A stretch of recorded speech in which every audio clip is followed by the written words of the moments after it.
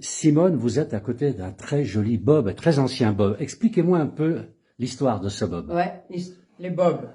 Eh ben, les bobsleighs, c'est là que ça a commencé à se fabriquer. Donc, on Mont-Cenis, hein? En 1914. Voilà. Et ouais, même celui-là, ben, c'est celui de mon beau-père qui a fabriqué. Il s'appelle l'Éclair, il s'appelait l'Éclair. Voilà. Et comment ça s'est passé? Parce que déjà quelques années avant, il y avait pas mal d'Anglais qui étaient là, parce que depuis toute la fin de leurs études, les Anglais, ils devaient faire le tour de l'Europe à la fin de leurs études. Et ils passaient par le Mont-Cenis, et ils devaient pointer là. Enfin, pas sur le même truc que cette année, mais ouais, sur une pierre. Ils devaient marquer leur nom. Et donc, il y en a qui sont restés là. Et puis après, ils ont fait le train anglais. Ben, j'en parlerai une autre fois.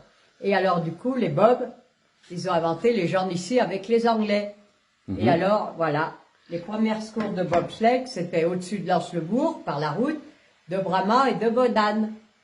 Et le soir, même qu'à Bramant, ils faisaient un bal.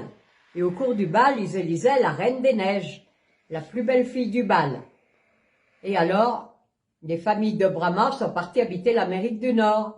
Et Walt Disney, c'est que le fils d'une Reine des Neiges de Bramant, qui a reparlé de sa mère, la Reine des Neiges, et qui a enchaîné.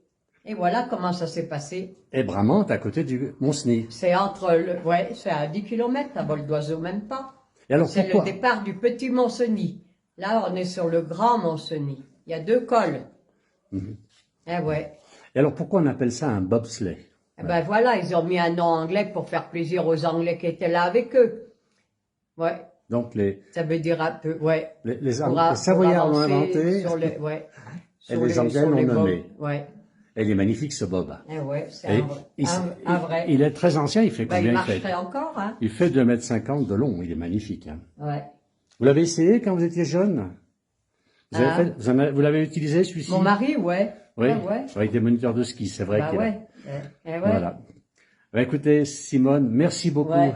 Merci bien. Voilà. Et puis là, c'est la patinoire. La patinoire qui est à côté, il y en avait des patinoires, on est à 2000 mètres d'altitude.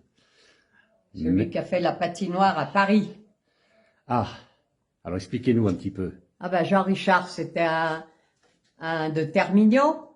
Et puis, ouais, il y avait des petites patinoires dans chacun des villages, là. Et le soir, ben, ils faisaient des concours entre eux. Et après, lui, il a bien aimé le patin. Et après, il est allé à Genève pas mal de temps, dans la patinoire, à Genève. Et après, c'est lui qui a fait ouvrir comment qu'ils y appellent à Paris, le Palais des Glaces, non. Ah, je sais une pas. patinoire à Paris. Jean Richard, voilà. Qui n'est pas l'acteur de cinéma.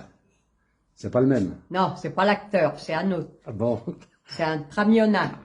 Ici, voilà. Merci bien, Simone. Eh ouais.